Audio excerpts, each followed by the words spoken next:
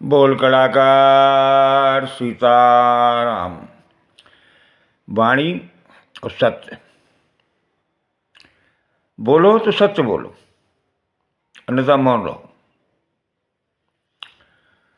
अव्याहृतम व्याहृताक्षेय आहो सत्यम वदेद व्याहृतम ततुतीयम वदेद व्याहृतम तत्तृतीयम प्रियम धर्म वदेद व्याहृतम तत्सतोर्थम।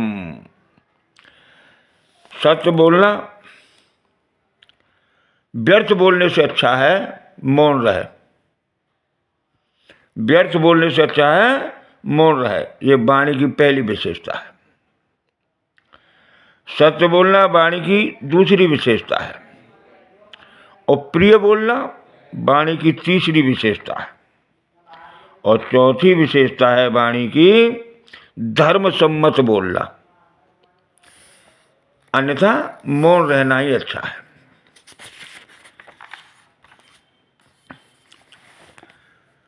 सत्यम सत्य सदा धर्म सत्यम धर्म सनातन सत्यमेव नमस्तेत सत्यम ही परमागति सत्यम धर्मस्थयो योग सत्यम ब्रह्म सनातन सत्यम यज्ञ परम प्रोक्त सर्वे सत्य प्रतिष्ठित। सत्पुरुषों का सदा सत्यरूप धर्म का ही पालन करना चाहिए। सत्य ही सनातन धर्म है। सत्य को ही सदा शीश झुकाना चाहिए, क्योंकि सत्य ही जीव की परम गति है।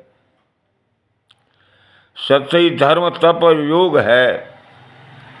सत्य ही सनातन ब्रह्म है। सत्य को ही परम यज्ञ कहा गया है तथा सब कुछ सत्य पर भी टिका है, ऐसा महाभारत में शासन पर्व में कहा गया है।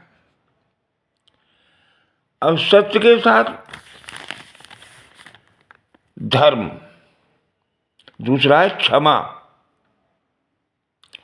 क्षमा एक ऐसी क्रिया है, क्षमा एक ऐसा विचार है जो हमेशा आदमी को बड़प्पन में की ओर ले जाती है, आदमी को उठाती है। एक छोटा सा प्रसंग मेरे हृदय में आया कि एक बार भगवान की परीक्षा लेने के लिए भृगु जी चले, ब्रह्मलोक गए, कुछ कहा।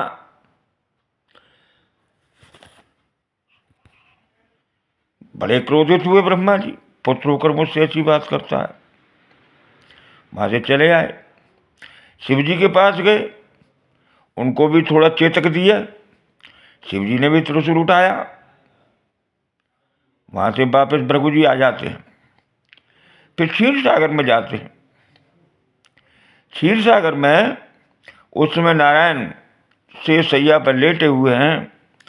महादेव, माँ जगत जननी माता लक्ष्मी जी उनके चरण दबा रहे हैं। भृगु जी ने जाके उनके सीने पर लात मार दी। लक्ष्मी जी को बड़ा क्रोध आया, लेकिन नारायण ने उठकर उनका पैर पकड़ लिए। हे प्रभु, जब वज्र से भी कठोर मेरा वक्षस्थल, आपके ये कोमल चरण, कहीं आपको चोट तो नहीं आई? बार बार दबाते हैं पैरों को कोमल हाथों से, बार बार विनय करते हैं। हृदय में प्रेम की व्याकुलता हो जाती है, आंखों से आंसू आ जाते हैं भगवान विष्णु के। हे ब्राह्मण देवता, आपके इस कोमल चरणों को कष्ट हुआ आज मेरे वक्षस्थल पर मार कर।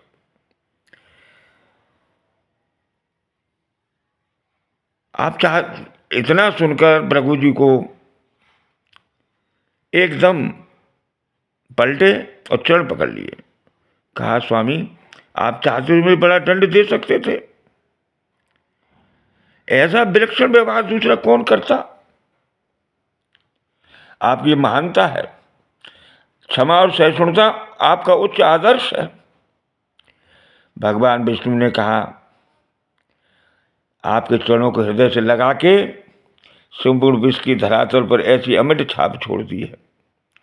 ये बिल्कुल लता भी इसे कहते हैं। प्रभु, मैं आपके चिन्ह को हमेशा अपने वक्षस्थल पर धारण करूंगा।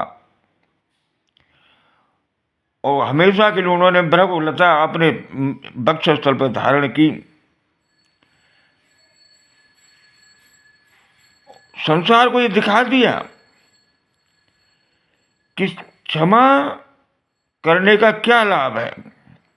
संसार में सर्वश्रेष्ठ पालनकर्ता, दयालु, कृपा सिंधु, कृपा सागर नामों से उन्हें आज भी पुकारा जाता है। और ये हमें प्रेरणा देता है सामने वाले ने क्या किया है, यह न सोचकर सामने वाले को किस तरह से क्षमा करके आगे को प्रेरणा दी जाए कि ऐसा आगे न करे। क्षमा मनुष्य का आभूषण है।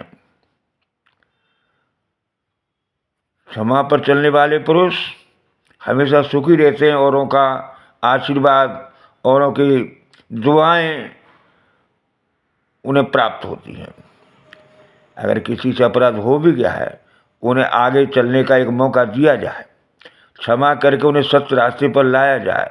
यही हमारे भारत की आज मांग है कि सत्य की ओर सबको प्रातः मोड़ा जाए, असत्य के रास्ते को छोड़ने के लिए उन्हें प्रेरित किया जाए। बोल कड़ाकार सीताराम।